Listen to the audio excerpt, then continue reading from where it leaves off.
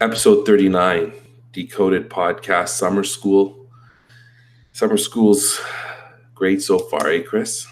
You know the funny thing about summer school, like summer school technically finishes at the end of July. Like technically, like you, at least I'll say in my board, when you get to the end of July, it's like it's for all of July, and then your summer starts in August. And it doesn't matter if you're an early start school or otherwise, it's just the way it rolls.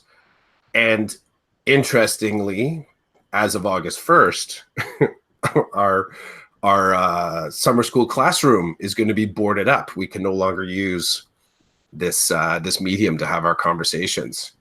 So we're going to have to figure out. So yeah, this room's getting boarded up, but I'm sure there's another. We can sit down somewhere else within the district and find a room to do this, I hope. I mean, we'll have to see how it plays out. Like here, it's popped up in my corner again. Hangouts on Air is going away August 1st for a quick streaming try. YouTube.com/webcam. So I'm going to write that down because, that sounds like a totally different link, like a new. You know what? It's like, I don't even know what to say about this. I see it happening, and I'm not motivated to figure out how to fix it yet. Are you? Like, are you feeling any of that? Okay. No, I think it's weird, how I was thinking something very similar right now. Like I don't feel any stress whatsoever. And this is like next week. No, will we get one more? No, we won't. So next week, if we're trying to drop into summer school, then nope. I'm gonna check it out. I'll check it out. I'll tell you what I can learn. Okay. Hey, I got good news and bad news. Which one do you want to hear first? Let's do the good news. Okay. The presentation that I'm doing for OECTA is finished, and they sent me a check for my services. That's cool. So the good news is they paid me 3 times more than what we agreed upon at the beginning of this whole thing. Is that suspect, like a mistake, or is Would you like to hear the bad news? It was a mistake. So the bad news is that I contacted them and I said, wow, this is wonderful. It's very generous. Yeah, I received payment, and before I cash payment, I think it's like it's the right thing to do is to let you know that I got 3 times what we agreed that I was going to work for. And then they kindly replied and said, yeah, the office is closed, but we'd like to look into this when the office opens. We can talk to finance. I said, no problem. I won't cash the check. And it's just funny because my wife and I were having this conversation, and I'm like, so she got the mail. She's like, look, there's something for you from OECTA. I'm like, oh, it's my check. Crack it open. I'm like, wow, look at my check. And then I'm like, but it's not right. This isn't what they said I was going to get. So either somebody made a mistake or some wonky things happened. This is what I'm owed. So last night when I was reading the email to my wife, she was like, oh, that's a bummer. Sorry, hon. I'm like, it's okay. I mean, I don't believe I earned what they paid me. Right. But it's like, we just bought a car. It would be nice to sink the money into the car. Anyway, so there's my good news, bad news thing, which is really not, I mean, the good news period is that somebody's paid me to do some work for them. There's nothing wrong with that. The bad news is that I wish I could keep the amount that they want to give me on this check. Now, the beauty of this though is it's like a test of character, when really there is no test. You cash the check, to like, hey, we made a mistake, give us back our money. But if you think about it for a minute, a teacher in Ontario has some high standards to meet. Mm-hmm. And never mind just being a regular human being and doing the right thing. We have some standards. We've got some lines in the sand. And my wife and I got a good chuckle from the fact that it'd be funny to see some of our colleagues just try to go cash the check and move on with their life like nothing happened, when in fact, in a way, that would be stealing, I guess. No, it'd be entirely stealing, right? Which is, I don't like that word. It sounds so wrong. And don't get me wrong, at no point did I think that I was just going to take the money and go. I was just like, this. When things like that happen in a profession like ours, it'd be sad to hear of people who would still try and keep what's not theirs, even though it was given to them. Right. You know what I mean? It's like, Yep. It's almost like entrapment. Why would you do that to somebody who's in a profession like ours, which is honorable and, we're responsible for a lot in terms of caring for people and teaching people to do the right thing, and then we're put in a situation where we make a poor choice because of a temptation that exists in all of our world. Like, one of the things, sometimes I think about money, I think about currency, Mm-hmm. and I wonder, is there another way? Because you need it to survive. We all need it to survive. And so the more of it you can collect, the better off you will be in terms of survival. This is what I think. I mean, it's not like I don't get paid real money. I'm surviving just fine, right? But still, I remember as a kid, I can remember learning about money and thinking, well, then if we need it, then why don't we just go out and get what we need? Mm-hmm. I remember my dad looking at me with this really puzzled look on his face, because here you got this adult talking to you about money and saving it and what to do with it and whatever, and here you have this like rookie saying to the veteran, well, why don't we just go out and collect as much as we can? Mm-hmm. Not understanding the ramifications of that, right? Like, you have to work, and if you have a job where you have to work very hard to make very little money, your idea of just collecting as much as you can doesn't work the way you think it does. Right. Anyway, so it's just kind of interesting, all the things that popped up from receiving this check that was 3 times the amount that I had agreed to work for. So I mean, I hope to update you personally on what comes of it and who gets fired because of it. I mean, ultimately what happened was the person who wrote the check had me in a different line on the budget. That's all. Yep. They're like, oh, Roland? Oh, yeah, Roland did this project. And I was saying to my wife, what project paid that much? Like, you should have signed me up for that. But, they probably looked at a list and like, oh, Chidiac, project, 602 is worth this much. Whereas I was really project 438, which was 1/3 of what they paid me. But I want to shift gears. So that's just the money thing. Good news, Mm-hmm. bad news. The really good news is, though, I learned a lot from the putting together a presentation about assessment and evaluation. And I know that might sound strange to the teachers out there. What do you mean you learned a lot? You should already know about it. I do know about it, but I've never had to like go through it with a fine-tooth comb to really, when you have to understand something in a way to explain it to somebody or to justify yourself to somebody, that acquiring knowledge when it comes to that, I believe, is different. For me, it's different. Like, learning about a type of assessment is different than learn about the assessment, but then you're going to talk to other people about it, and you better make sure that you are as clear as you can possibly be about the ins and outs of it. as best as you can, like, to the best of your ability. That's different learning, in my opinion, because you have to look at things differently. You have to ask questions that maybe you wouldn't normally ask. So for that, I received more than just a paycheck, and I'm appreciative of that. And for me, that learning, because everybody's talking about learning these days, especially in the wild, wild west, also known as Twitter. People are talking about learning and acquiring knowledge and skills. And I have to say, it's my belief that you and I have been having a lot of fun with Twitter over the past week or two. And for me, I've used it as a springboard to continue my learning,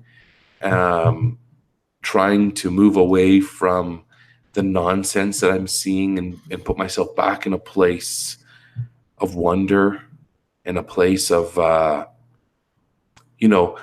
somebody poses a question or somebody explains something about their life situation, and I'm able to jump off that point and gather some knowledge and skills that's going to help me. And then when I share it out, maybe it can help other people too. That's where I'm sitting at so far in our summer school sessions. Summer school sessions. I like that idea that you put forth about kind of repping your ideas at a kind of like a higher level, like sort of not just and there's value to this, not just having the social media character limit, kind of freeze framed kind of knowledge, and then how do you go back and how do you even find it, like all that kind of stuff about using Twitter or social media, whatever it is your flavor is, to declare a conversation. Repping a conversation becomes kind of different. And it's sort of like, if the conversation somewhere around, friends that have participated in a Twitter chat and then someone that's hosted a Twitter chat, like you kind of, you level it up a little bit, and you sort of feel like you become part of the I don't know if you want to say some of the permanent structure, maybe some of the infrastructure of a conversation, as opposed to just adding on to the outside of it. So I dig the fact that, like, you've done a lot of work, and sort of like both personal PD and PD within your school board on an assessment, A&E stuff. So it's cool that you're able to crystallize this into something and have your board recognize you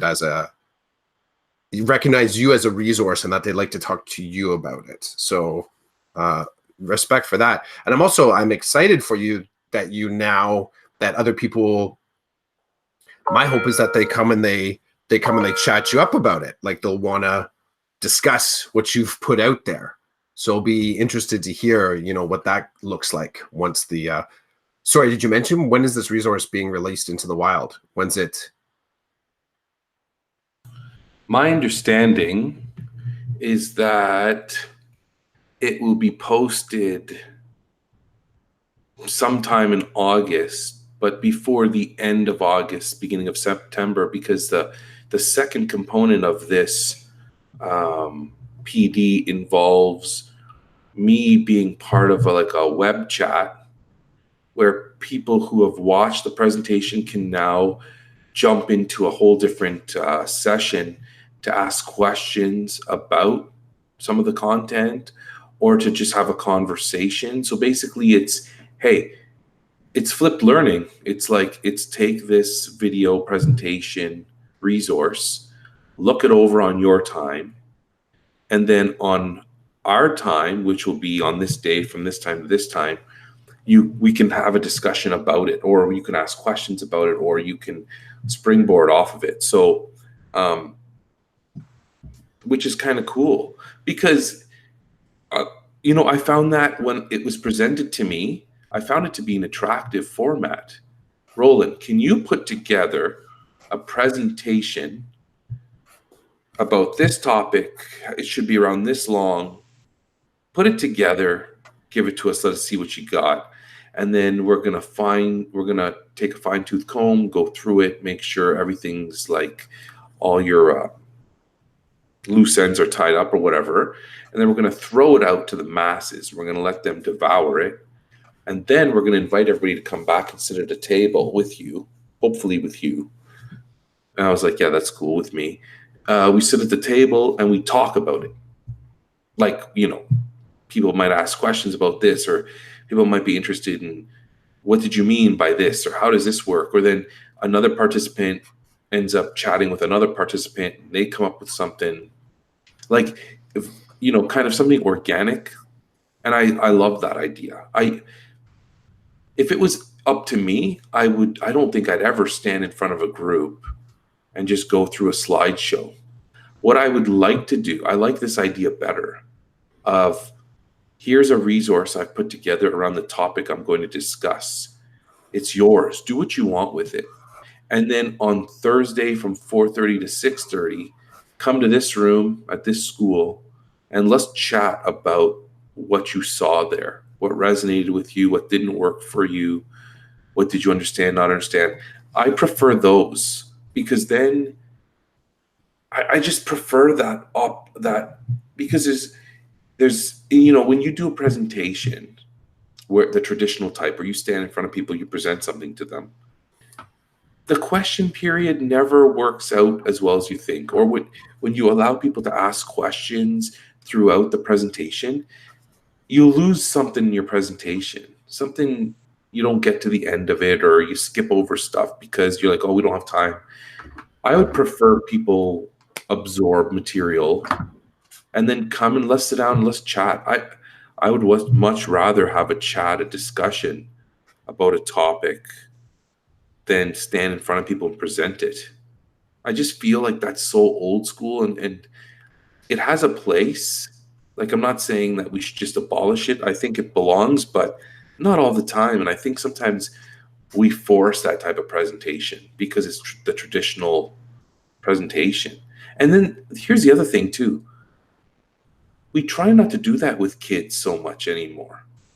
Like, when I'm working with my students and I'm teaching them something new, I don't always just sit in front of them and talk for 15 minutes and then say, does anybody have any questions? Sometimes that happens for different reasons, but my approach over the past few years has been more like, hey, this is kind of like the area we're going to be talking about next. Let's gather let's talk about what you think you know about this, or here's an activity I want you to do so that I can assess what you know and what you don't know, and then we can talk about moving forward. More of that, like, let's have a conversation about this rather than sit down, be quiet, and open your ears. I have something to say for 15 to 20 minutes. I feel like we do that to adults, and we can, because I think adults can handle that better than kids. But at the same time, I don't want to sign up for that. I want to sign up for, hey, Clough is having a session on podcasting, and he's already put out all the stuff here.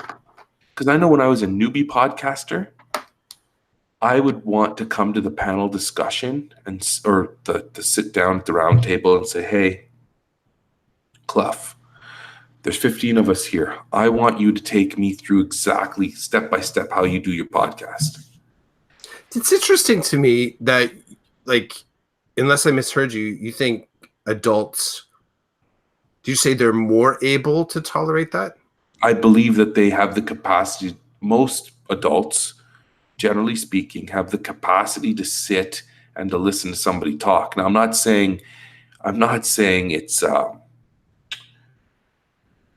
it's useful, and I'm not saying it's efficient and effective all the time. But what I am saying is that when somebody tells me you're going to go sit in this room for an hour and listen to this person do a presentation, I can handle it.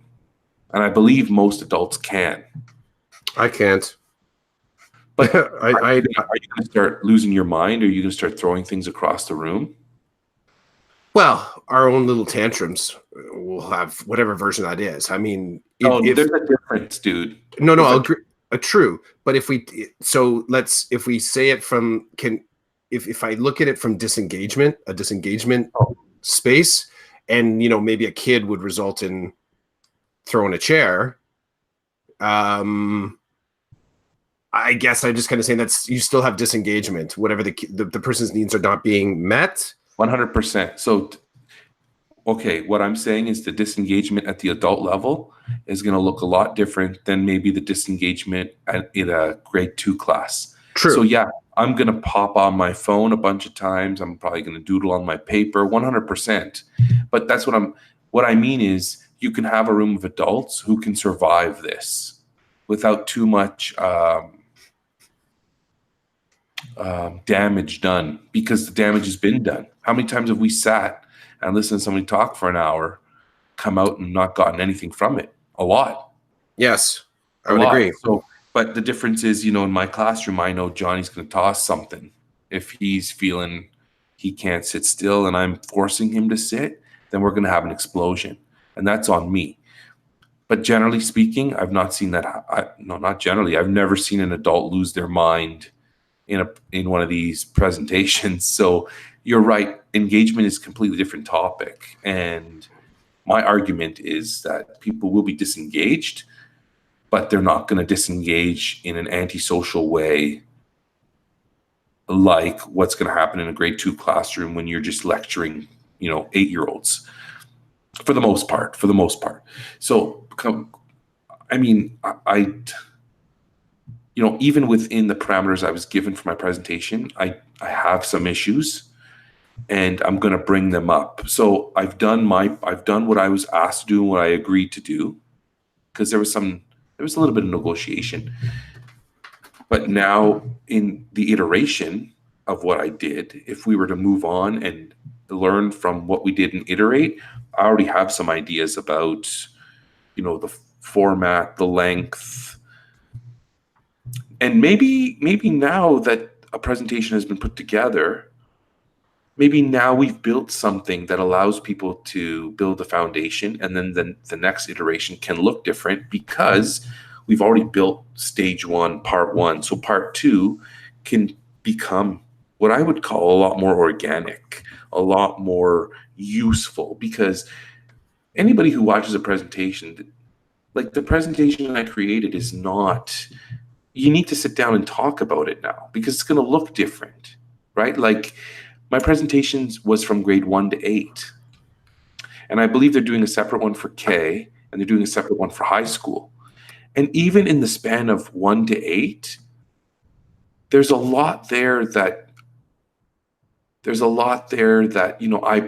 I'm guessing that most of my approach was from a primary junior perspective. Now, the good thing that I can say for myself is I've taught primary, junior, and intermediate. So it's not like I don't have a clue. I feel like I do have a clue because I have the experience. But I would say that, primary, junior is more my bread and butter than intermediate. And I have no problem disclosing that.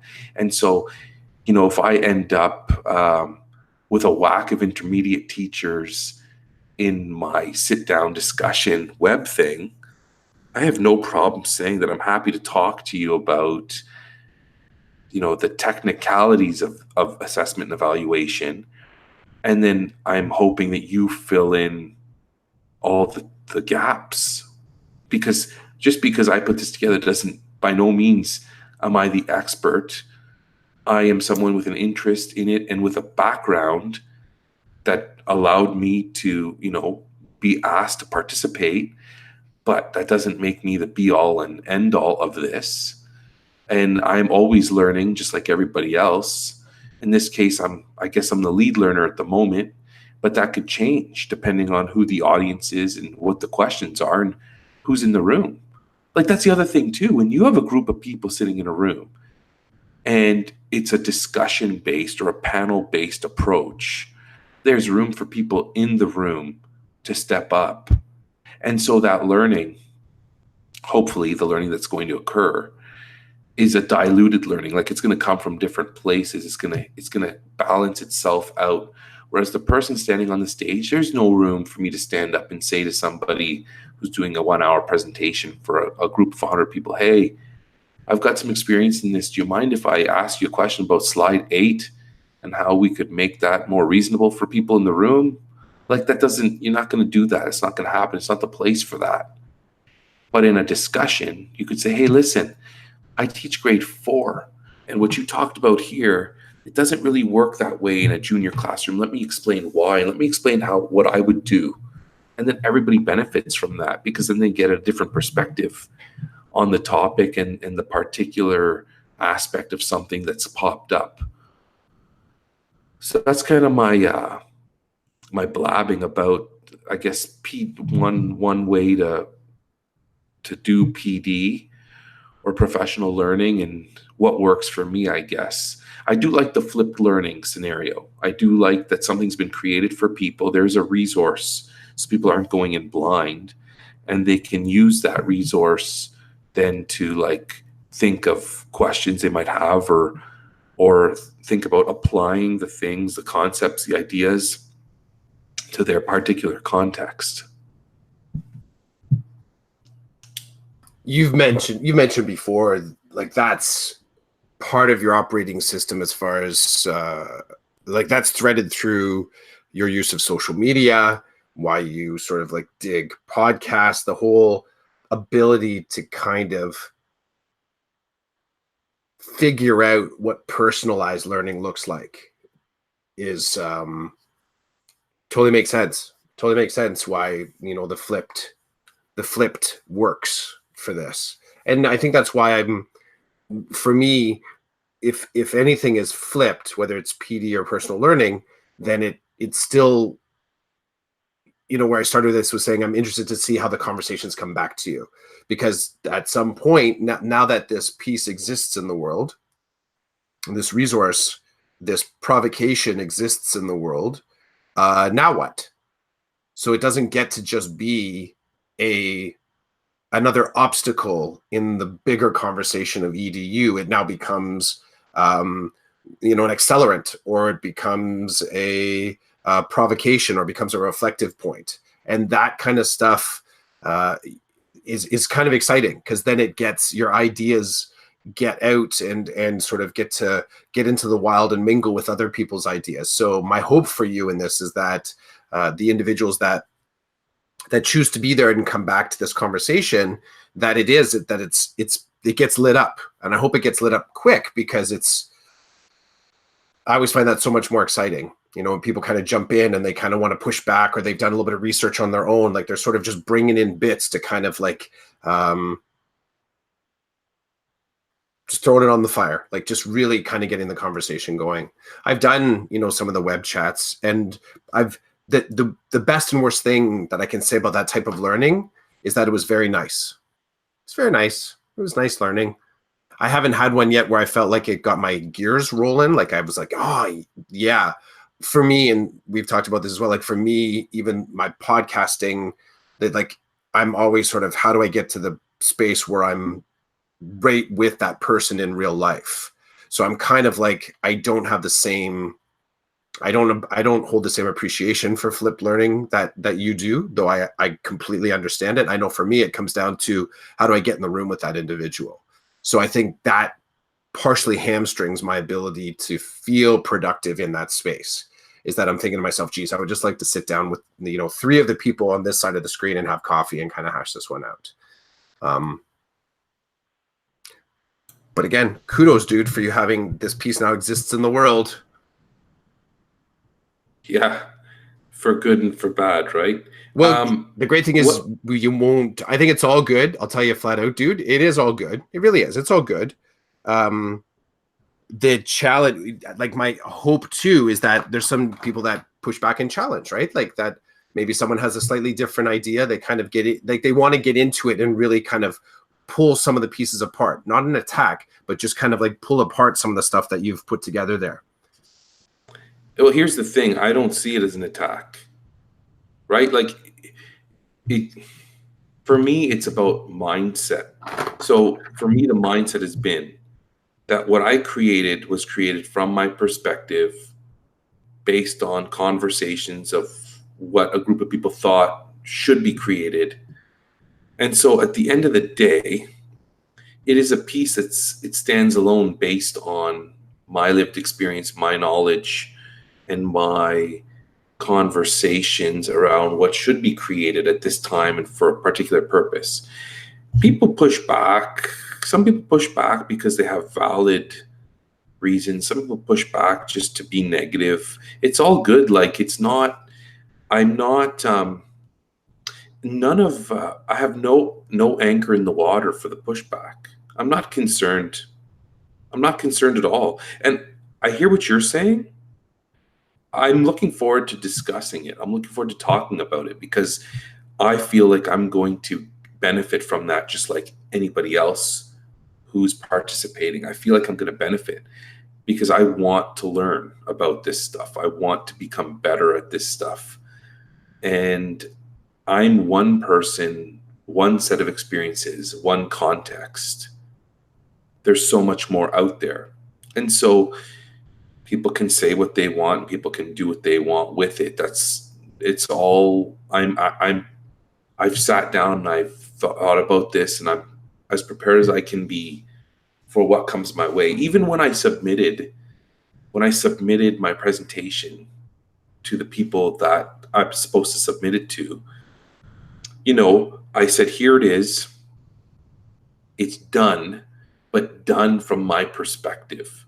Whatever you see in it that you don't like or feel is missing, or there's too much of something, like, I get that. It needs to go through revision, right? Because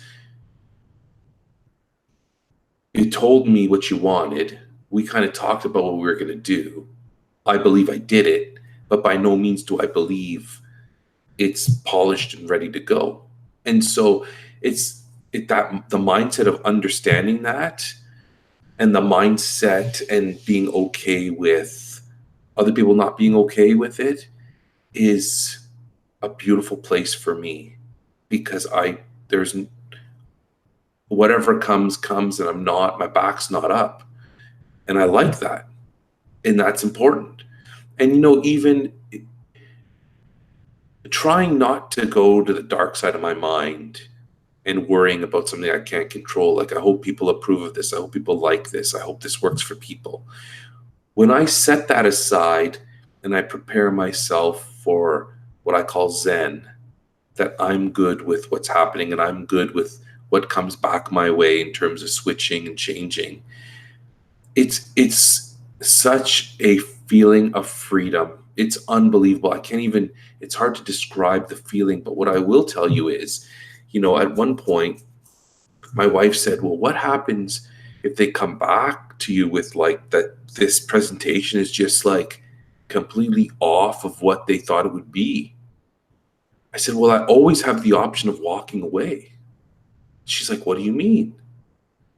I was like, I have the option to say, I'm happy to make this revision, that revision, but I'm not going to do the whole thing over again. Based on our agreement, this is kind of what you were looking for. This is what I gave you. And if it's really going to stress me out, it's going to tear me apart, then I'm finished. Like, I'm walking away. Well, then what about payment and this and that? And it's like, that's another mindset thing too. I was told that I would be paid to do a job. When I got into it right away, the first thing I thought was, if I don't do a good job and I give them something that they really can't work with, I'm okay to walk away and not be paid for the time I put in. That was something that I talked about with myself, because you can get into the mentality of, no, I gave you this many hours. I want something in return. So when I went into this, I thought, okay,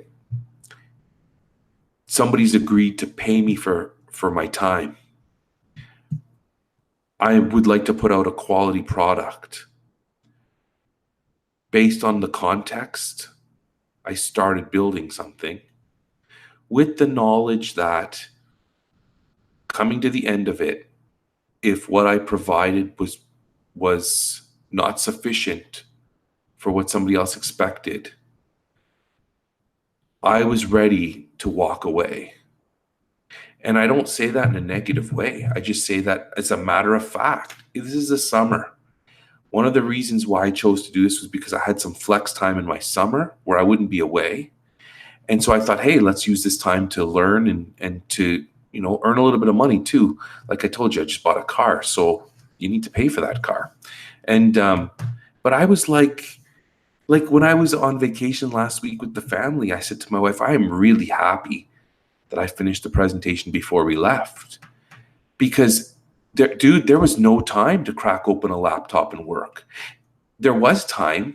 It would happen, at 11 p.m., between 11 p.m. and 7 a.m. That was that was my time to work. And I was really happy that I didn't need to spend my time working. I was happy that I could just sit back and relax, actually get some sleep, and then wake up and do vacation all over again. And so, but I was prepared. I was mentally prepared for someone to say to me, we don't like this. We think you need to do it over again.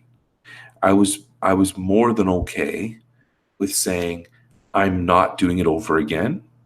Thank you for allowing me the opportunity to produce something. I'm sorry you don't like it. You're going to have to find somebody else to take over, and walk away. And walk away feeling like I'm not going to bother anybody for money. I'm not going to negotiate anything. Just say, thank you for the opportunity. I've done my part. I don't want to do what you're asking me to do at this point, and I'm good to go. And just leave. And again, like when you get to that point, nobody's going to say anything to make you change nobody's going to say anything to harm you, because you're in a place where you can't be harmed. You've made a choice for yourself based on your values and your context and all that stuff. What gets people in trouble is go ahead, dude. I was just saying. What gets people in trouble is when they know they're not walking away, but they still have all these expectations on themselves, and so they're like, oh, I'm going on vacation, but it doesn't matter. This has to be done. I wasn't in that mindset. This is, and I think you got really close to this idea within this, that I don't know if people know what to say in that moment. Like, I don't know if someone on the other end of your project would actually think that there's anything other than a compulsion on your part to satisfy them. So when you say, this is done, here you go, and you sort of walk and you say, I was happy for the experience. I put everything that I needed into it. I think that I've got my ideas out. There you go. Take it. The whole reiterate, fix, edit, redo kind of a thing there's an interesting dark side to it, because it creates this sense of you're beholden to them as long as they want to keep you on the hook, so to speak. Like, I love the fact that you, like, it's not even the end of July and you have your payment in hand.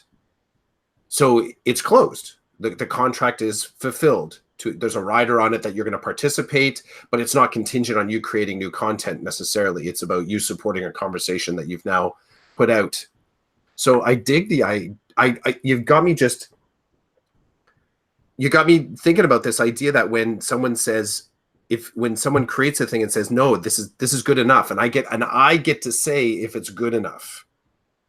I get to say that I'm kind of putting it into the world. Like, I can say, this is where I'm going to stop for now. That's what I appreciate about your argument, or what you're saying here, is that you're able to say, I've done this thing and I've given it the time. We talked about this way back in the beginning of this podcast. That idea is, I've given it all the time that I want to give to it. And this is not your words, but this is my sentiment. This is just my feel of this. I don't know if that, and I don't know if that lands into space where someone says, you haven't tried hard enough, I still need you to try. Or if people have a full appreciation of, yeah, this person really did. They put everything into it that they had. Now we're going to start using the tool. And sorry, dude, go ahead. No, that's what I dig about this process. I like the fact that it feels like you've closed the loop.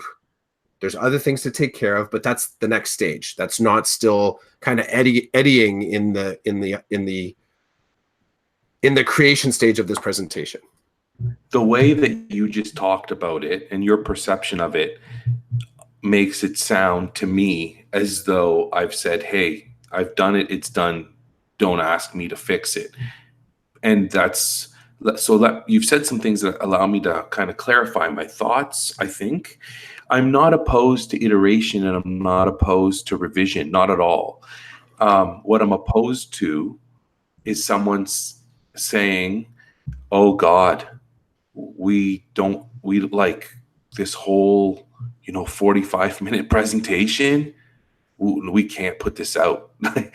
that's kind of that's when I would be like, so what are you saying? And then if the response was, you went off in a direction that we do, like, this is not part of our vision, that's when I'd be like, whoa, then you're gonna have to find someone else. Because and that's but that's like worst case scenario stuff, and I'm sure people on that end, they don't want to say that. Think about that. Think about giving somebody a task. Think about if you're in a position to give somebody a task to do, and you say to them, here, this is the topic, go do what you want with it. Then they come back and you're like, oh my God, what direction did they go in? It's the person telling, for me, in a power of authority and whatever, that position, saying to somebody, this whole thing's got to be redone. I don't want to be saying that. None of us do, because that's crazy. So when I was given the parameters of this, which were very open-ended, I remember that was a reason that frightened me when I was approached, is that I said, oh, this sounds like a great idea. Let's chat, because I need some direction, because there is no direction. You've literally given me a topic and a context. Can you put something together around assessment and evaluation for the start of the school year? That was it. And so then I had a phone call with two people. It was like a phone conference. And I said, you got to give me more, because are you really just telling me to go and create something with those parameters? Because that's like acres and acres of intellectual land, and you're asking me to cultivate one part of acres and acres and then just give it to you. Mm-hmm. And they're like, well, and when I put it that way, they were like, that sounds really dangerous. That sounds like you could literally go and do anything, give it to us and say, well, you said I could do anything. And so then we had a conversation. Well, what do you think would be useful?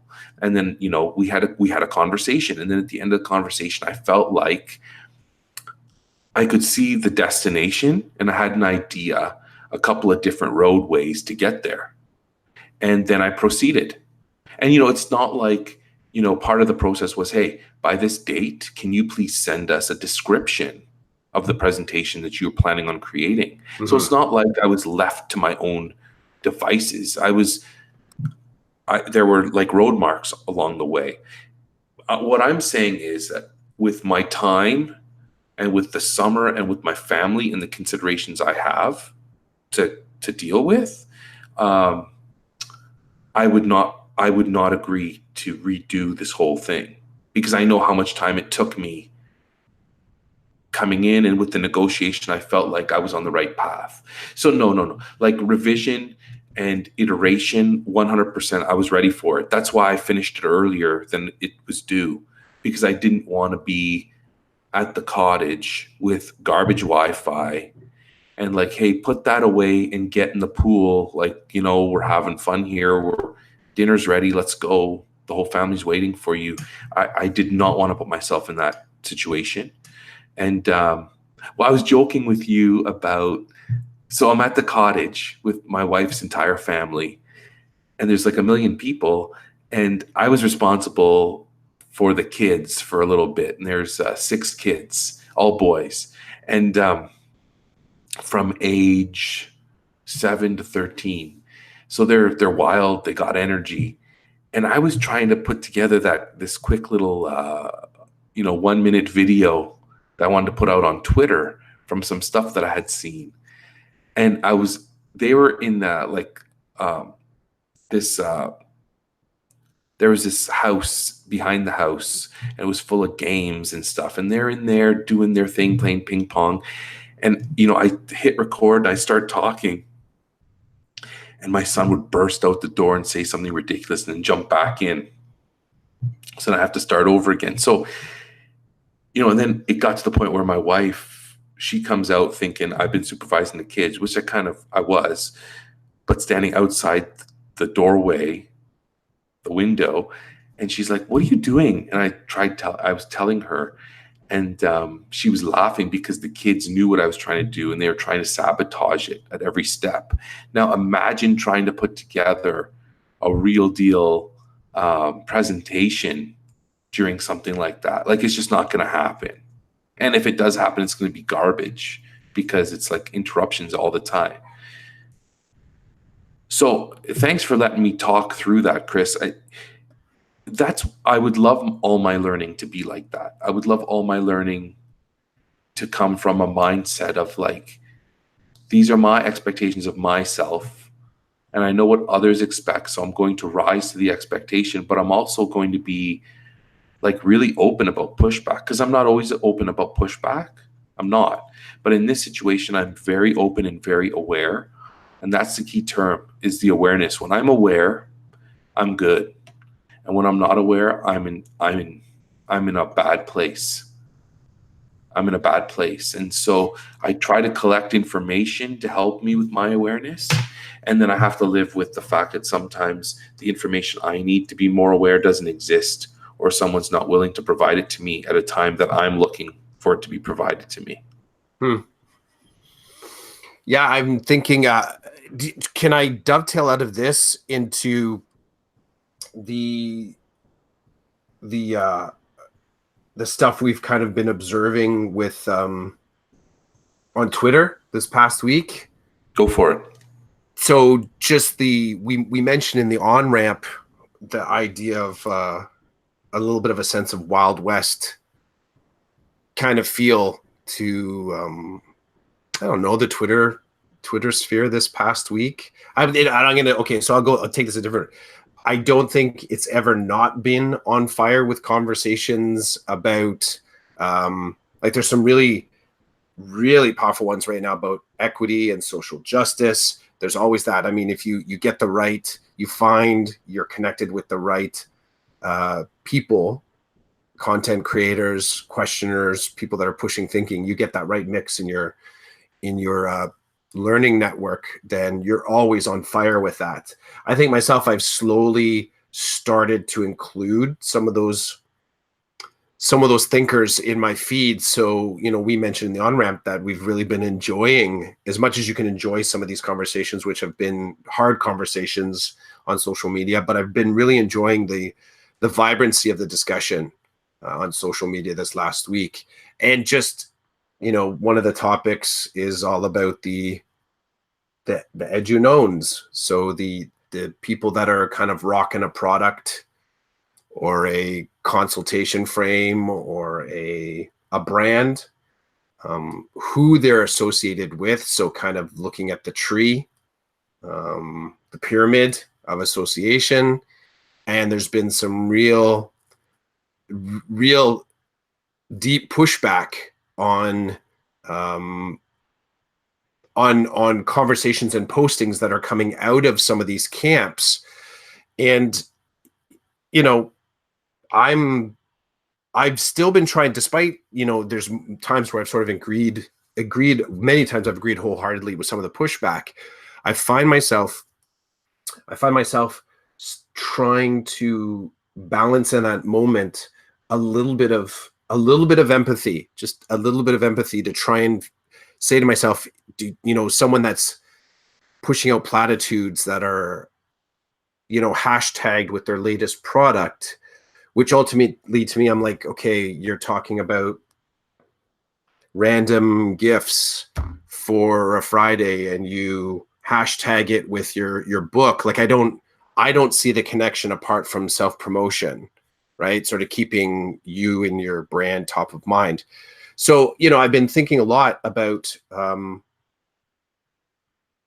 so one of the two things that kind of pop up is like, you think about what's in your feed already and what can be sort of brought to the conversation. So I think to myself, what sort of things and discussions have I been a part of on Twitter that could be brought into, that I could be brought back into again? And I've talked about this. I don't think we've ever talked about it here, but it's happened to me a couple times where someone's come across a tweet. Now, for me, because I cleared house when I left Twitter. Like I got rid of, I remember when I joined Twitter.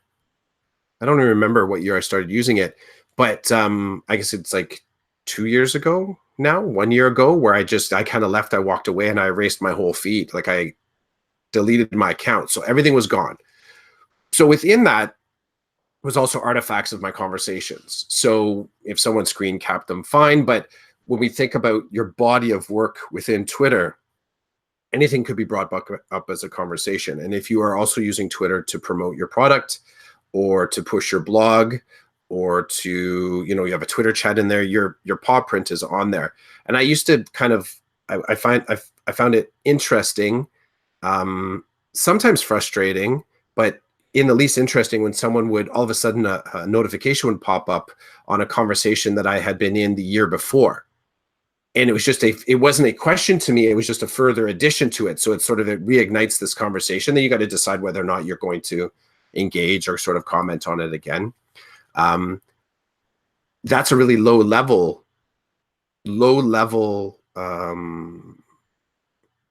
kind of what's the word I'm saying? So it's sort of like it's a fairly safe and low level engagement because I can sort of choose. It's not like there's 200 or 300 people all commenting on something that I said 2 years ago.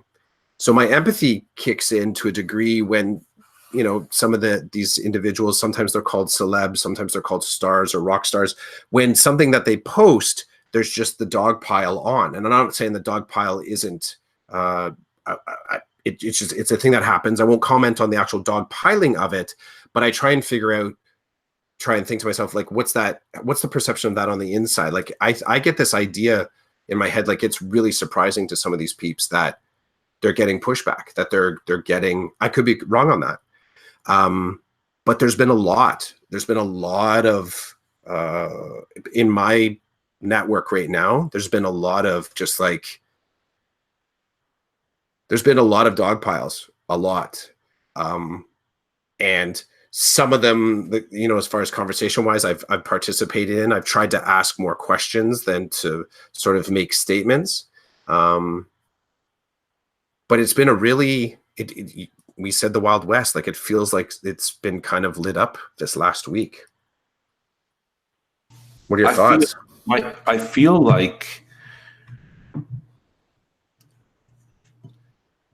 if they can post whatever, tagging their book and adding other tags to try to benefit themselves, then people like you and I are free to respond to how they would like. They're posting and we're posting. And, who's to say?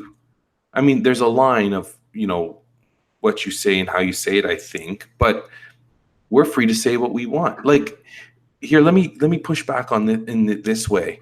One person tweeted something out about his significant other and included the hashtags for their book and their chat.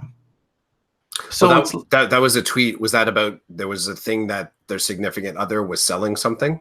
Yeah, my wife is doing this. Check out her one. page. Hashtag all the hashtags that are used for the chats that this person co-runs or runs, and the book tag for his brand or book and stuff. It's like, I read that. I remember you may have brought it to my attention, but I'm like, come on. Like, I know, we all know what you're doing and do it. But are you going to go run and hide now when somebody says to you, hey, do you realize what you're doing there? Do you realize I realize what you're doing there? Like, I feel, and then the other, like you mentioned an example, I'll mention another example. There are some edunowns. Man, the hashtags that you've been coming up with have just been, you've been killing people. Like I've seen indirectly people are responding, telling you that your hashtag game's on point. Profits is one of my favorite. Edunowns. Oh, what Edu Boy Band? You've got some good ones, but let me tap into that just for a second. So part of this as well is,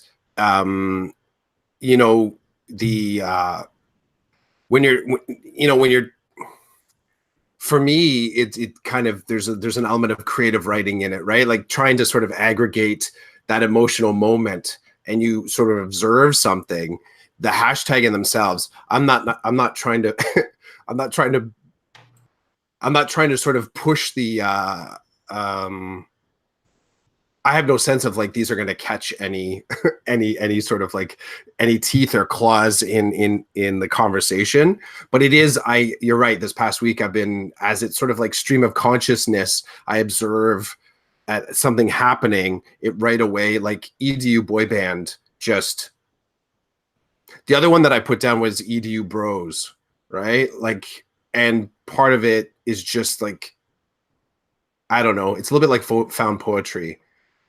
I think when I'm sort of playing with hashtags, it's a little bit like how I play with some of my creative stuff, just with some of my pieces of writing that are not EDU based. Like I'm just kind of like throwing words into the mix and let's see which one kind of connects.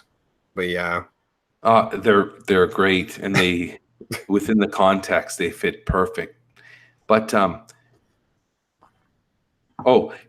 the edunowns where they'll post a question, a really open-ended question, and then they don't respond to anybody who responds. Like, that's a problem. that's a huge problem. And part of the problem is everybody who wants to respond to it. And some of those people responding want to be part of the thing.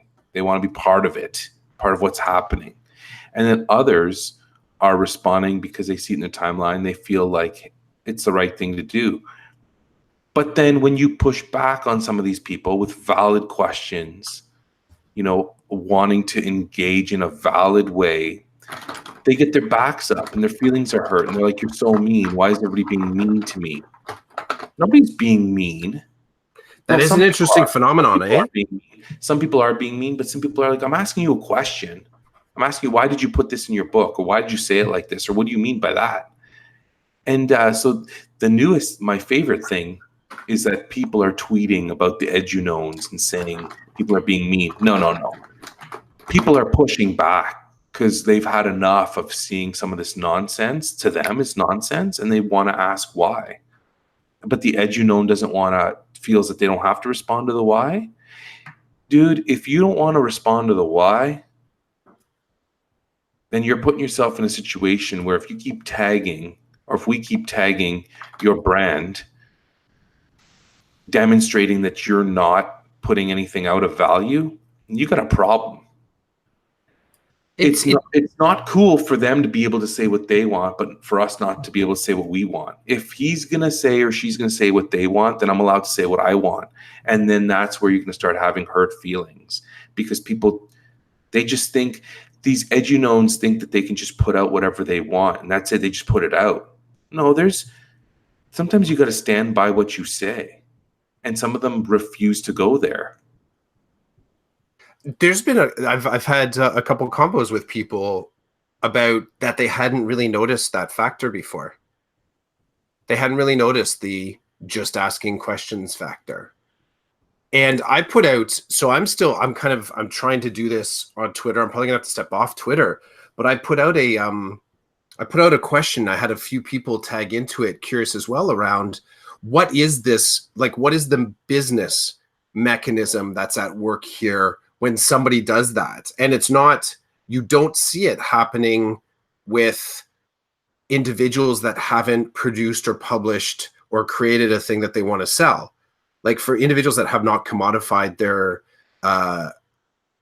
teaching degree in some way, you don't see them constantly hashtagging it with their own name.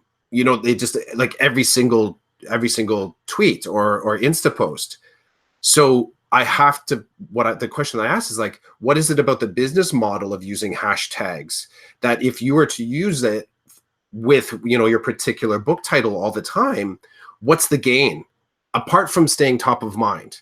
And someone mentioned, well, maybe it helps you out on Amazon, but no one has been able to tell me yet about the algorithmic power of this. And I'm going to search to it, because part of it is that type of a reveal, I think is for me, it's important, and I would sort of share that information when I got it. But I think it also answers what I allow myself to get frustrated by about the sort of diffusion or dilution of a hashtag. I mean, I know, and this is, the train has already left the station on this, because hashtags are just all over the place. And I admitted it myself, like I create them just for fun. But when there is a hashtag, let's say I had bought the product. Let's just say I had bought the product, and whatever it is, I want to be able to use that hashtag for some serious inquiry to figure something out. And then I go into that hashtag thinking that it is branded in a way that's going to make me more effective to understand the actual product that's been released. And within that, I see, from the actual producer, sort of cat videos and your Friday GIF. And I get that sometimes this is done by the producer to increase engagement, but I like trying to figure out a little bit more like the why and the what of it.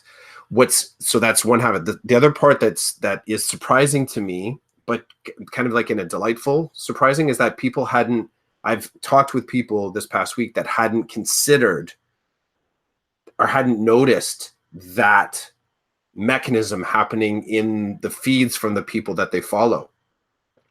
The platitudinal, the feel good, the, hey, remember me, I just wrote a book. But I think from what I've observed so far, it happens in relation. There's a relational thing here where the hashtag happens connected with the product that still needs to be sold. And the depth of their market and following is still supporting it. One individual that asked the question, my response was, hey, person, what are your thoughts on this question? Could you share?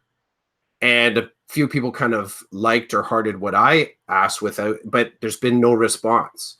And I will tell you flat out, in so much as that's a little provocative, I am interested. I am seriously interested, because I don't want to just, when the brand is showing and there doesn't feel like the human's there anymore, because, there's auto tweeting and the bots and the things that are just pushing out content when the person's not there, or blog posts from 3-4 years ago, and it's just their own content. Like these are little sort of titillating moments that aren't actually moving my thinking forward. So for me to try and sort of peek behind the curtain, say, hey, you, Edunon, could you tell me a little bit more about a thing, and you don't get a response? It's disheartening. It is disheartening. I like to think of it as they claim to be educators. We're using EDU and everything, EduKnown, yeah, EduCelebrity. And because education is a completely different world than business or entertainment, edu entertainment, I think you popped that one out too, edu entertainers. Yeah. Although we found out someone else dropped that one, right? Edutainment or something. Yeah. Someone dropped in. Yeah, but I agree with the hashtag. As educators, we're used to, and I think it's more permissible to look behind the curtain. And I think what's happening is that some of us are looking behind the curtain, and we're getting our hands slapped because the eduknowns, the prophets, they went behind the curtain because they realized they could make money. So they started as educators, and then they're like, hey, I can write a book about this, and I can make money, more money than what I make in a classroom or as a principal. And so I'm going to take my sideshow behind the curtain. And then all the other educators are like peeking around the curtain. We're getting our hands slapped. Like, you're not supposed to look back here. This is the model. The curtain model is one where the curtain is in front of you for a reason. You're not supposed to look behind the curtain. But because we're all educators, we come with a built-in gene that people are here to help us. We're here to learn. And that means that people need to tell us some of their secret sauce ingredients, because we're here to learn. We're not here to steal your secret sauce. And they're like, no, I'm no longer in education. I'm in business. And that's a completely different world. But that part's never said. No, they're not going to say it. It's Yeah, see, that's that. I'm inferring that Yeah. based on the things I've learned about in the business world. The podcasts and the YouTube stuff I watch that have to do with business and making money. I'm now applying some of the things I've learned there to the education industry, where I see people following the recipe, the business model recipe, but they don't want anybody to bother them with that model. They want to use that model to make money, to have a machine that makes money, but the money's coming from educators who are not supposed to ask those questions traditionally. And so what we have now is, I like to think of it as a bunch of magicians. When you finally learn how to do the magic tricks, even though a magician you looked up to would not tell you the secret sauce, but you eventually figured it out, or you learned about the secret sauce, you all now live in a realm behind the curtain. And no matter what torture you went through, you're not going to give up the secret to the newbie standing on the other side of the curtain. And we're seeing it more and more. People are getting, I'm not going to use a name, but there's an individual who has written a book. And before this book was written, it's my interpretation, it's my perspective, that this person was right in with an edunone and was doing everything they could do to let the edunone know that they were there. And the edunone finally saw this person and said, "Oh, wow, you're here. I see you. You exist in my world now. And you're doing great things for me. Like, I can see this following that you've established, a side following, but everybody's following me just from a different angle that I never thought that they would come from." And so a relationship was built, and then a book deal was made. And then this person wrote the book. Now, this person used to be part of our crew. And when I say our crew, I'm talking about like a geographical region of educators that have been known to share and innovate. This person now, in my opinion, from what I'm seeing, no longer is interested in our crew, because this person has now been elevated to an edunone. This person now belongs to that crew behind the curtain. And so no matter how well we think we know this person is not going to give us any idea of what's happening behind the curtain, because once you go behind the curtain, it's a different world. And now you belong to that world. And that world is about, well, if I tell everybody what I did, then they're going to go write books too. And they're going to make money too. And maybe that money is going to be taken away from the people that would normally buy my product. Now, I know it sounds pretty pessimistic, but I'm saying with high certainty that they don't want us looking behind the curtain. And some of us are more dangerous than others. There are some people pushing back on Twitter right now, asking questions around equity, social justice, around things that other people aren't questioning. And the edunones they don't like it. They don't want to be questioned. They just want, but their pushback is, "Oh, you're not being kind." Is there a reason why you're not being kind? Why are all the haters coming after me? Why is everybody a hater? And then their followers respond with, "Oh, just keep doing what you do. Don't worry about them." And then we get that toxic positivity that Ben Dockstader talks about. He's like, hold on. Anybody who questions the edunone is a problem? We're all supposed to just jump on the positivity bandwagon. It's all good. It's all good. It's all good. No, the all good is working for the edunones. The edunones, I've said this on Twitter, they depend on the educators being kind people, being, "Oh, we are here to love and teach." No, we're also here to think critically. That's something that we teach our kids. We do, when we go to work every day, we do love our students and we show them compassion, but you're not my student. You're hawking a book or some type of product, and you are depending on the kindness of educators. One of the main characteristics that educators tend to hold is to be a good person. You're taking advantage of that, and I'm calling you out on it. And now you're getting all, "Oh, you're being upset. You're being mean." Nobody's being mean. I'm questioning you. You don't want to answer my questions. red flags go up. It's the curtain with the business model, but they're employing the business model on educators and expecting educators to stay within the educator model of life. But they're double dipping into different models, but they don't want us to go there. They're like, no, you're an educator. You just stay here and you listen to all the wonderful things I've done in my classroom or in my school, and then buy my book. There's another person.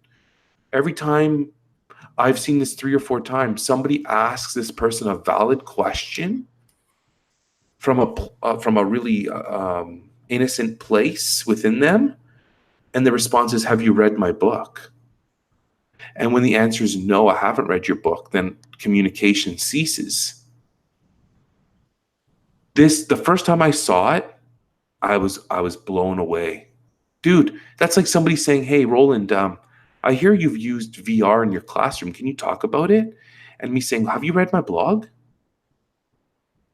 Did you pay to get past the wall to read some of my posts that I only put out to people who pay? Dude, that never would, unless I'm coming at you from a business model, that doesn't, what I usually say is, yeah, I've used VR, I've done some cool things. I'm happy to talk to you, but you might want to read the post to just have an idea of like the context of how I did it and why I did it. But I'm here, like I'm ready to talk to you. And even if you don't want to read the post, I'm still going to talk to you. The post might help, but you don't have to pay $35 to read the post. You don't have to give me something that you've worked hard for me to provide you with any more value here. When I saw that, it killed me. When I saw that, I knew this person is no longer an educator. They want to call themselves an educator because it helps their brand. They are not an educator. They are a business person now. And that's fine. If you want to do that, do that. But you can't. Educators don't do that. We don't walk around saying, did you buy the book? Because I'm not talking to you. I'm not giving you my secret sauce in the book, but you got to pay $35. Then there's another educator that says, hey, we're all entitled to make more dime. Yeah, we are entitled to make more dime, but depending on how you do it, you might be letting go of something that's worth more than the money. And it's your reputation, it's who you are as an educator. So, I'm never buying a book from that person. I don't care what the book is about. It could be right up my alley. It could be something that I hold near and dear to my heart. I'm not buying the book. And I will go, here's the best part. I can ask 7 different people other than that person about this topic and get a satisfactory response. And I could get 24/7 support and not pay a dime. Mm-hmm. But then in return, I'm now a follower of these 7 people and more than happy to spread their word and refer people to them and to help them in any way that I can if they come knocking on my door. There's something in the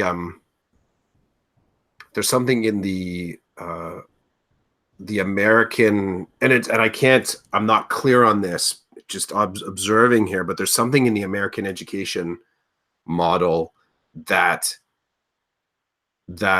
makes it, making that dime seems to be kind of wound around or just that idea of having your side hustle associated with EDU to be as relevant as your in-class experience is an interesting thing that is, I don't think it's particularly, I actually, I don't know, maybe it is particularly American, but when I would say that, I don't know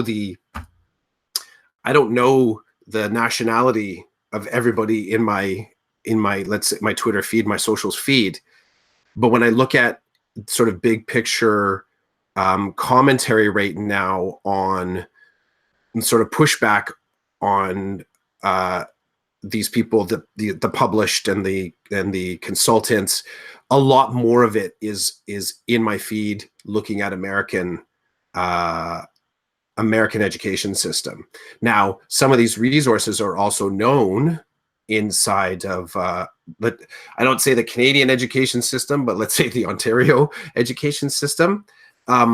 It was interesting though, because I did ask into one of these, there was some chat, this is maybe a month ago, some chat about the sort of the growth of, this is before the current state of more people wanting to see behind the curtain, behind the paywall. That's what it is, behind, being able to sort of talk behind the paywall, right?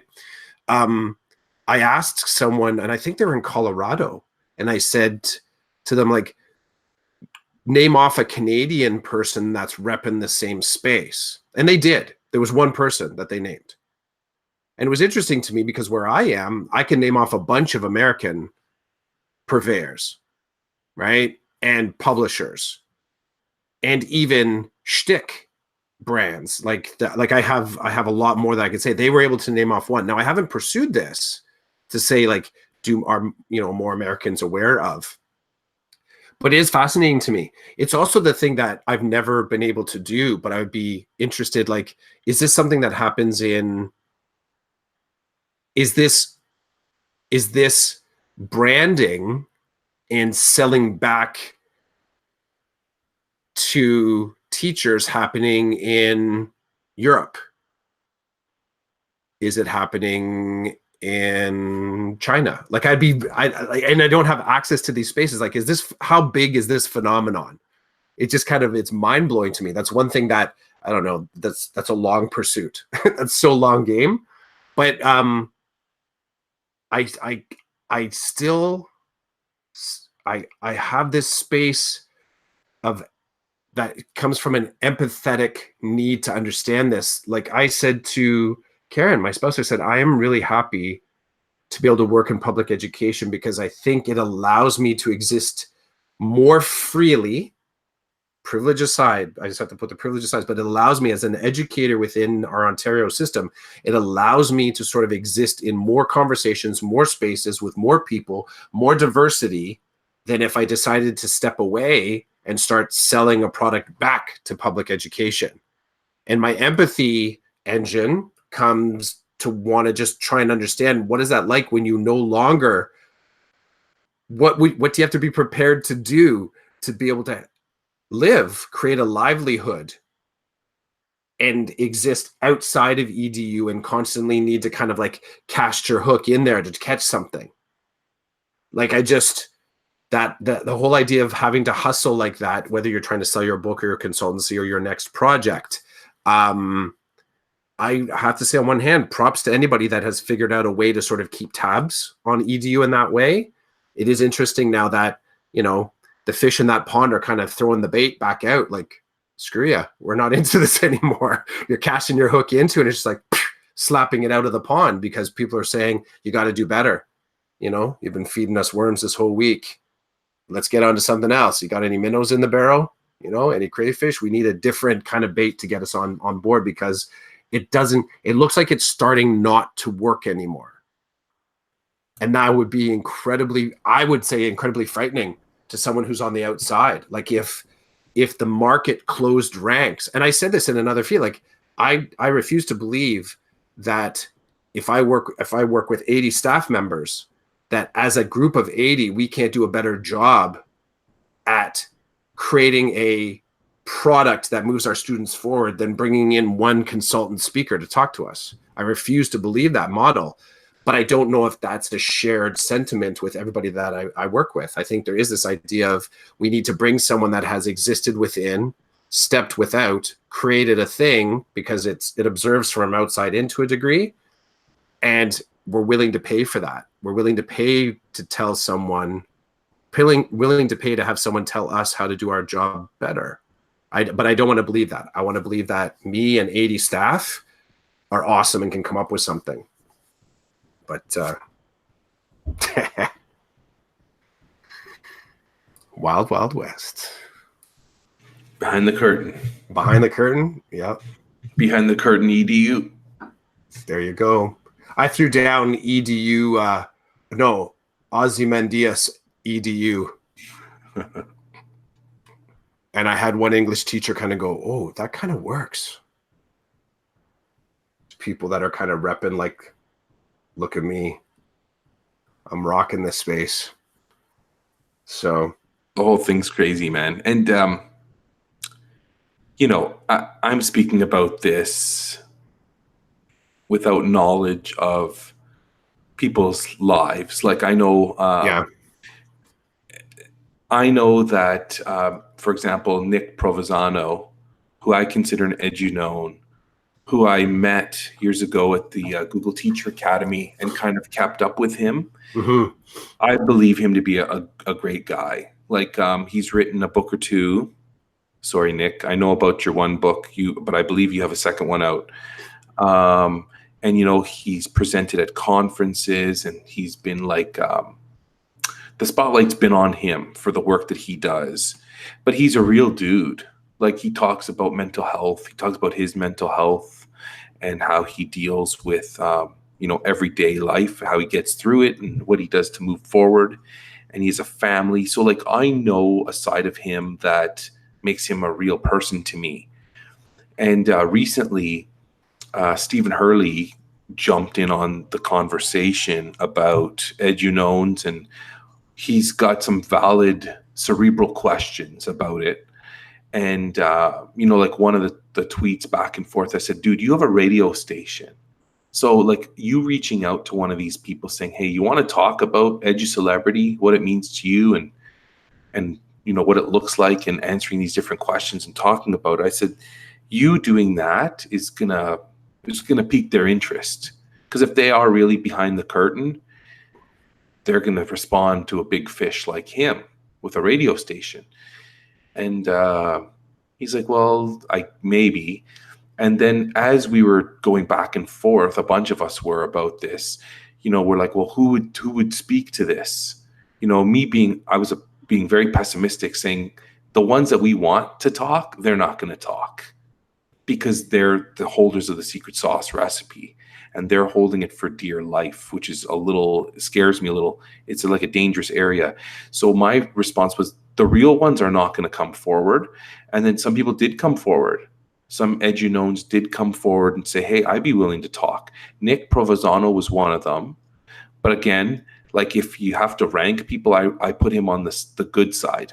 I say, and he said in one of his tweets, like, or maybe it was behind closed doors, but he said, like in my position where I live, I need to make more money. Like my teaching salary does not allow me to live the life that I would like to live with my family. And so I went on the road to talk about my stuff, and people paid me. And I'm like, dude, like 100%. I'm not going to argue with that. I don't want to argue with anybody. I just want to learn more. Mm-hmm. And I know as teacher in Ontario, we are paid very well, but I don't know how people live, right? Like I don't know. Yeah, that's true. I'm able to live off my teacher salary. I'm good. Some people are not. And so I say that with heart, that I'm judging. It sounds like I'm judging. I feel like I'm judging. I have nothing against people who need to make more money to live. No issue. And then Ken Shelton, who is also an American educator who, is part of the Google infrastructure, certified innovator, does a lot of keynotes. I don't know if Ken's written a book. I'm not aware if he has or not, but Ken's also another, in my opinion, a good egg. I've never met Ken personally, but because I'm part of the same ecosystem, I run across his stuff. And I think he does a lot of work for EdTech team. And Ken's like, I'm happy to talk about my experience as a visible minority in this edunome world. And so, Stephen's like really excited that Stephen's on vacation, but he said like he reached out to us and said, hey, I'm more than happy to have like a panel discussion on Voice Ed Radio. Are you guys open? And they're totally into it. And I'm happy because they're gonna, like, if it was me asking the questions, I want you to pull the curtain back a little bit. I want to hear who's behind the curtain in terms of, are some of these people just there to make money and don't really care about the rest of us? Or are a lot of them still educators at heart that have found a new way to provide for their life. Because like I said, I don't have issue. Nick's got a kid and a wife and a house. Like, I have no issue with that. But I also know Nick, and I know him to be a decent human being. I knew him before EduStardom, and I know him after. And to me, he's not changed. But maybe that's because we have a relationship. Maybe it's because, oh, I know Roland. He's a good dude. He, we can talk guy to guy, friend to friend. But I can tell you, though, that I know some people before EduStardom were really decent. And then after EduStardom, they're not the same. They're not the same, like, caring, supportive person that's providing value for the sake of providing value. They now have a book, and they're trying to sell their book, and they're speaking about topics within their book, and they're trolling Twitter to try to get more information for their next book. And so, to me, I have a problem personally when you enter into the business model and hold on to the educator values and the educator, like, characteristics, because I don't see them go well together. And if they do go well together, then whoever's doing that is a master at making both work, at making money, but still answering questions from people who have very fundamental questions, not just saying, well, did you buy my book and read it? Man, that is crazy to me. That is crazy to me. But it also freeze frames the conversation. Like, that's the only perspective, right? And that's part of what it becomes part of the fabric of the paywall, the pay curtain, we could call it. The idea that the only way to talk about this cool thing, and this is the kind of like what chased me, is the suggestion that the only way to, so you write your book, something in it provokes me, gets me thinking big thoughts.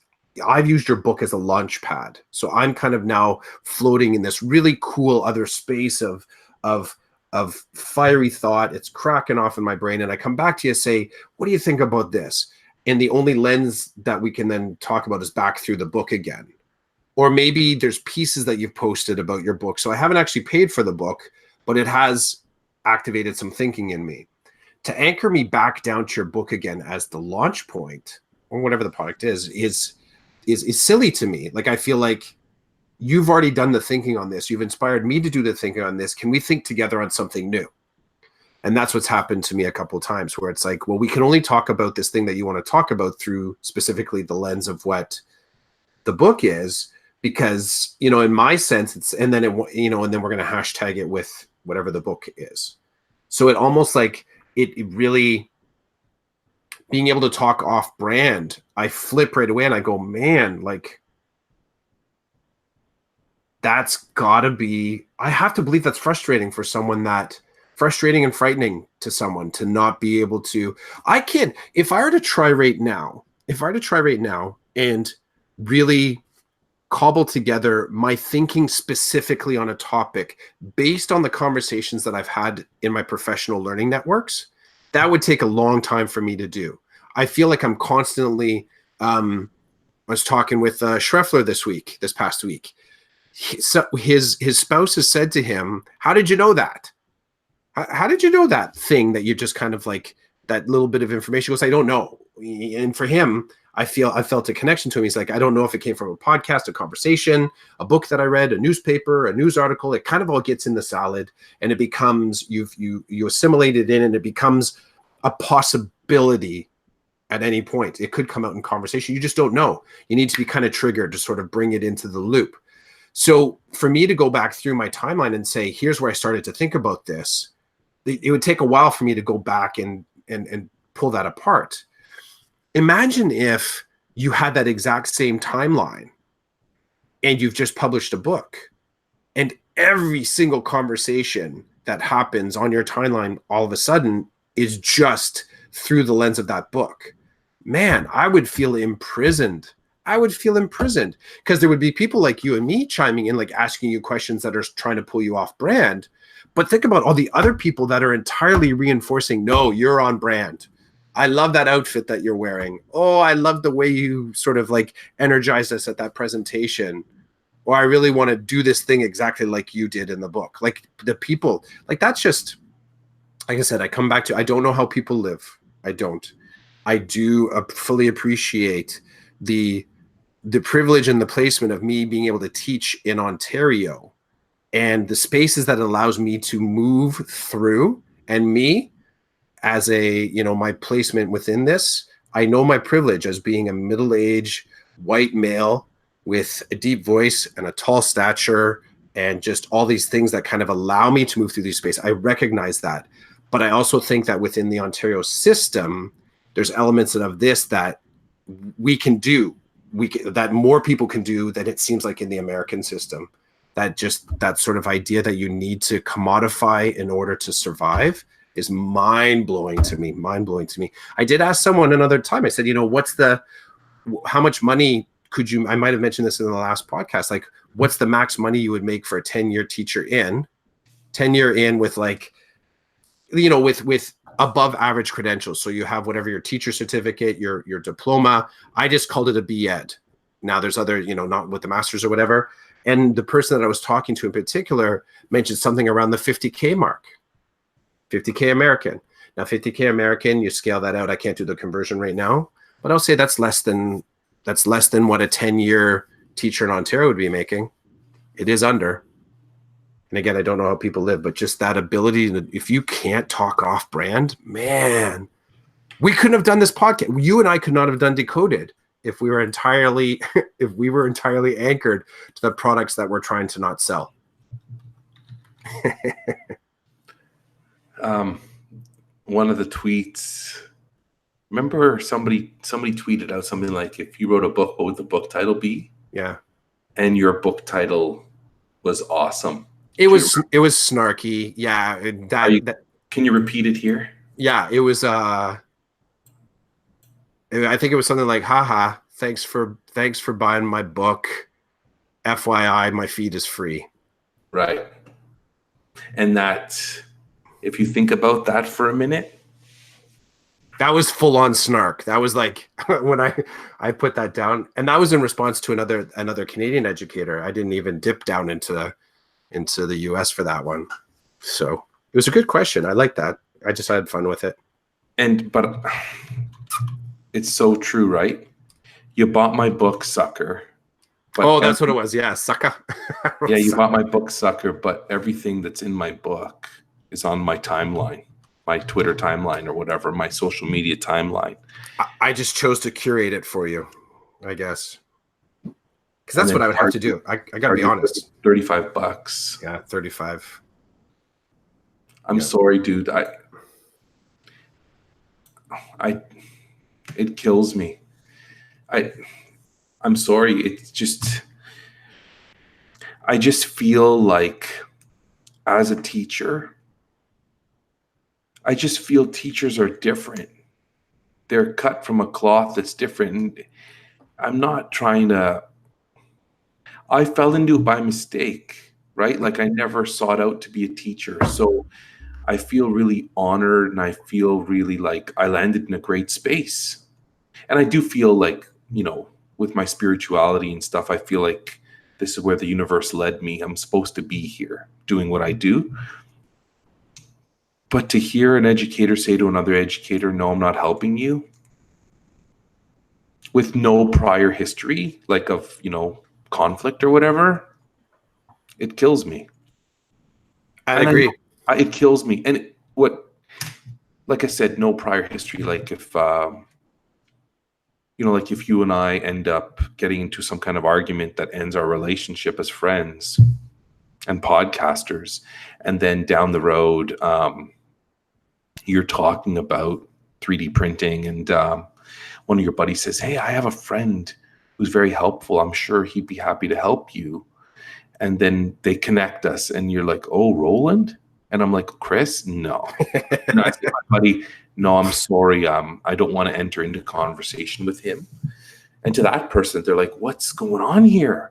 Like, you're both very friendly people, helpful people, but they don't know the history. So, although that would be a great marketing ploy, right? Yeah. Randy Savage, Hulk Hogan, like this has been done before, you know, the frenemies thing. Yeah. Yeah. Dude, we could rock that space. But look, we just talked about it now. Like we just pulled the curtain back. Come on. Sure. But maybe we're going into that meta, not meta space. We're going to like tell people like, are they friends? Aren't they friends? They're now openly talking about not being friends, but they're so friendly about it. Right. And even though we're talking about it now, we could still probably make money off of it. Yes. Very little, but still. Coffee money. Long story short, you know, I don't know the prior history between people, but for, you know, the knowledge I had of the first time this happened, because I'm telling you, it's happened more than once and I've been privy to it, I was just dying. I'm like, here you have, from my perspective, an educator who was in the classroom, who discovered some stuff, decided to market it and make some money off of it. Okay. Then you have another educator who's like in the trenches with me, doing the work, trying different things, and just puts the question out there.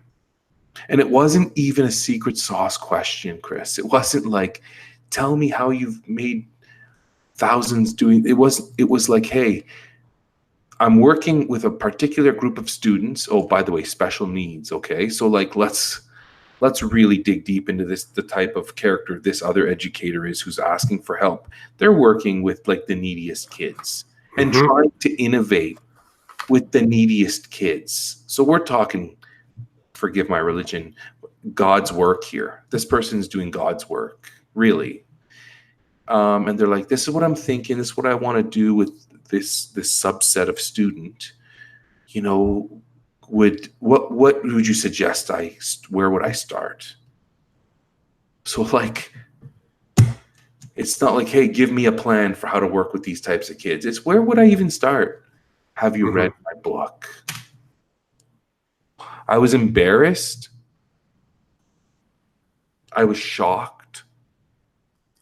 This person wasn't asking for the secret recipe. This person was saying, this is what I do for a living. I want to help these kids move in this direction. I think it's going to benefit them. Did you read my book? Did you buy my book? Is there any space in that? Is there any space in that where they're just trying to kind of suss out the positionality of the conversation? As in, were you inspired by it? Do you think, or is it always going to be, is it for you? Is it you're thinking, no, they're lockstepping it into a controlled frame? Is there anything that and are we even able to sort of discriminate anymore? You know, like, are we able to think, well, maybe are we automatically assuming that it is the pay curtain, the paywall? I see where you're coming from, and I appreciate it 100%. And I appreciate your position. I appreciate that you are looking at that side, because I'm not. And I'm going to answer the question by saying, based on what I've been told about this individual and based on the behavior I've seen from this individual, I do not believe it to be, oh, have you read my book? Because in chapter 8, I kind of talk about this. And so I can answer your question from this perspective. No, and I'm still questioning, and I still wonder, and I would love to kind of use that can I bring that in at some point? So you're saying it's not that? I'm saying it's not likely. From my perspective, it's not likely. Okay. That it's that. What's likely is that you're looking for free information, but I've written about this in this chapter, and my book is $35.99. And if you read that chapter, it will tell you what I think you should use and where I think you should start. That's what I think was happening there, based on prior knowledge of this person, and I've seen it. Hey, can you tell me about da da da da? Have you read the book? Yeah. And if the have you read the book is coming from a place of your position or the perspective you're taking right now with respect to what we're talking about, it has not come off that way. It's come off very, very strong-armed. Like, have you read the book? Because at first I thought that's a valid question, because I wrote about it. So have you read it? And if the answer is no, and then the conversation continues, and I'm like, oh, this is cool. But usually what has happened is that the answer's been no, and the conversation's ended. Like, well, then I'm not answering your question.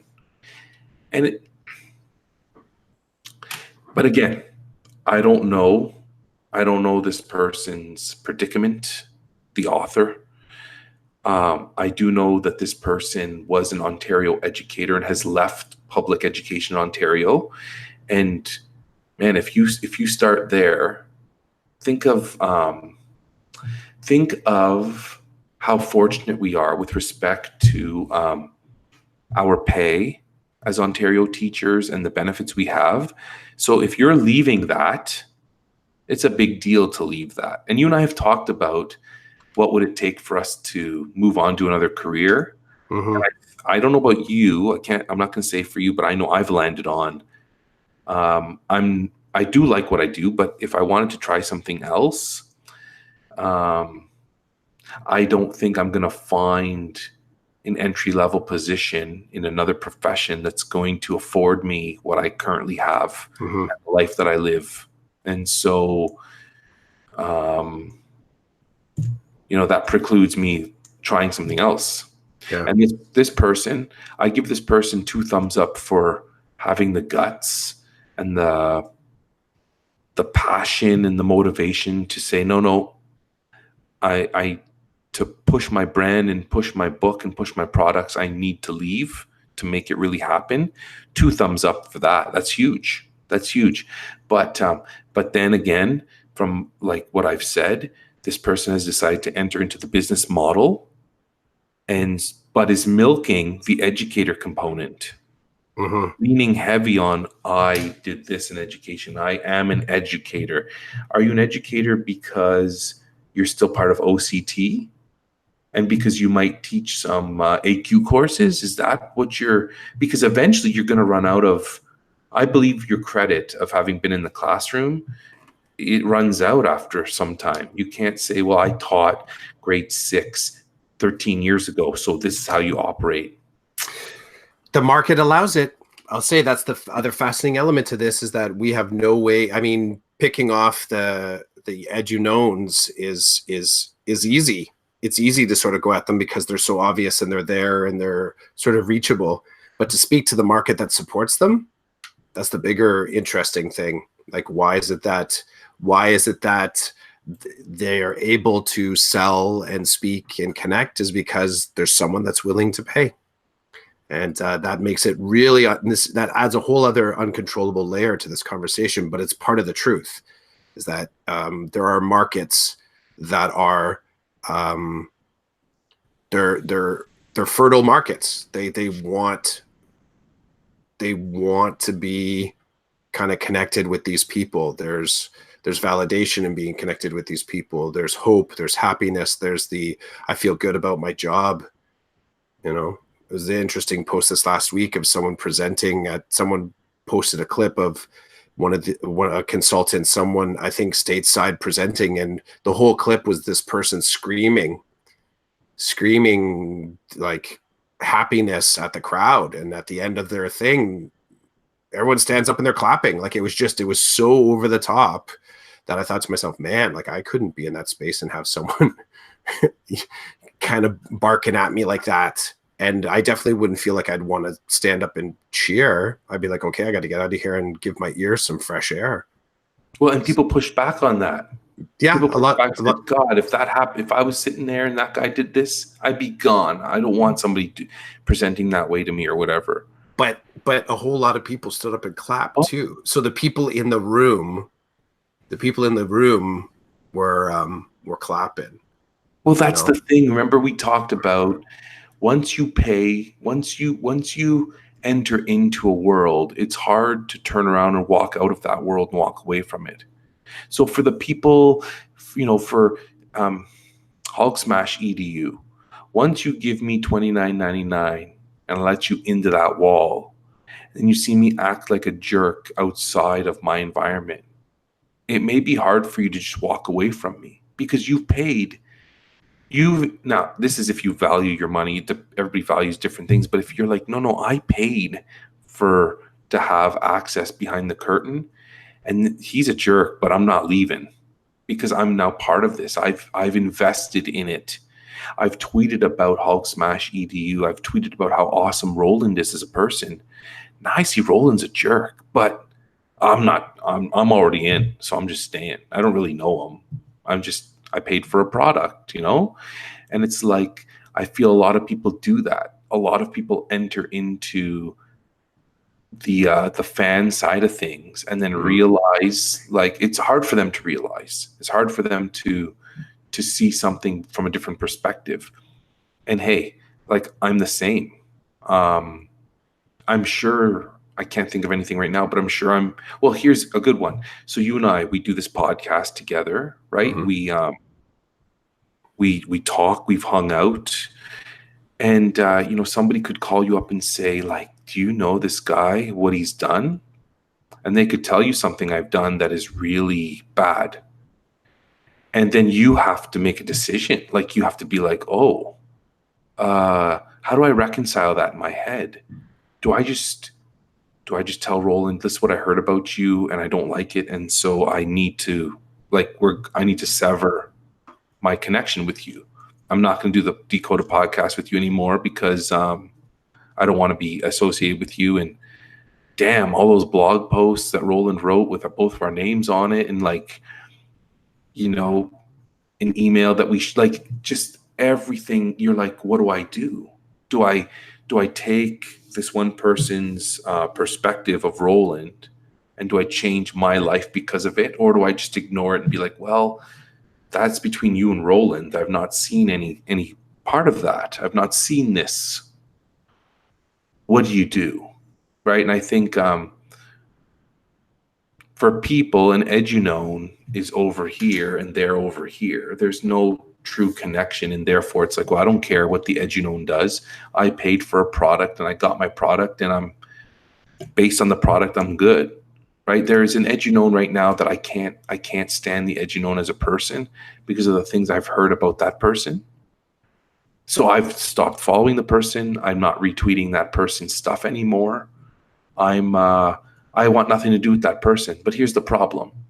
That person has a long reach. And there are people at my work that have just discovered that person and now are all about that person and their work. So what do I do? Like, I'm not going to say to the primary division at the school, I'm not doing this because I think this person's of bad character. I just won't be pushing this person. Like, I'll follow what the primary division does, and I will do my best to work within those parameters to help my kids learn and to meet the school's needs. But so I guess it's just hard. What do you do? Like, what do you do? Well, if I put it back to,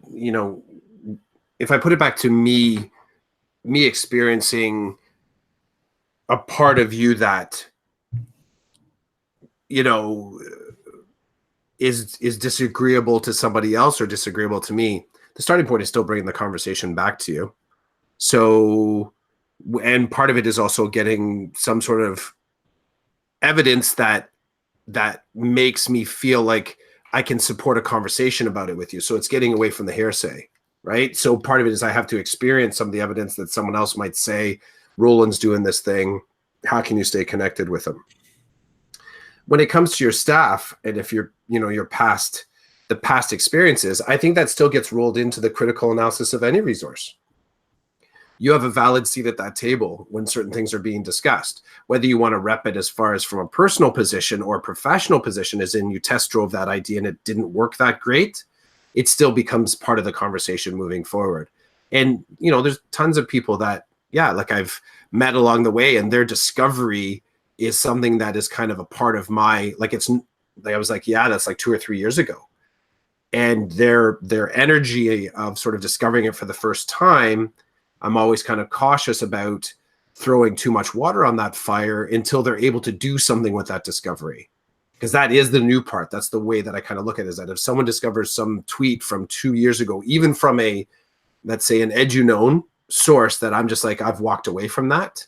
Ultimately, this new discovery to them, what validates it minimally is whether or not it charges them up to do something with the information.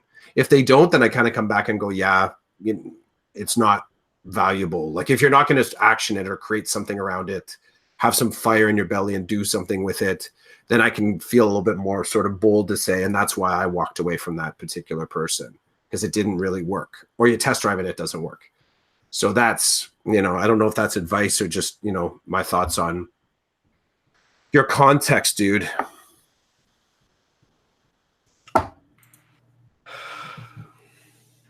We're leaving this. It's not tidy. That's okay. It's not. Okay. Yeah, it's not tidy. It remains open-ended. We got into a lot today. This might be the last time I see you face to face doing this podcast. We'll figure it out. Yeah, we'll figure it. Okay. And we might not be back at it. Are we? I don't think we're back at it next week. You got something going on. I think I'm leaving on the Friday or the Saturday. So yep. Maybe we could squeeze something in another time. Maybe not. I don't know. We'll see. But until the next time, I'm looking forward to seeing what our experiences, where they lead us as summer school continues on before the real school. Did you have something that you drew that you wanted to share? Yeah, I'll show it. I'm not sure. It kind of started and then I stopped it. And then I kind of like, no, I'll just see it through. I'll see it through. So. Whoa. Oh, sorry. I talked. Say something. I don't know if that's. I'm being provocative. Okay, so for the people who don't watch the podcast, can I tell them what it is? Yeah. Chris has drawn a human whose head is up their rear end. At the top it says #EDU something something. Wow, Christopher. Provocative, eh? Provocative. Now people are going to attach me to that. You know that guy, Chris, who drew a guy's head up his, you know what? That guy's horrible. We'll deal. Like, he is. That's why we're friends. We'll deal. We'll deal? Yeah. Deal. Okay. Okay, dude. Enjoy your week. Yeah, cool beans. I'll chat you soon. Ciao. Yeah.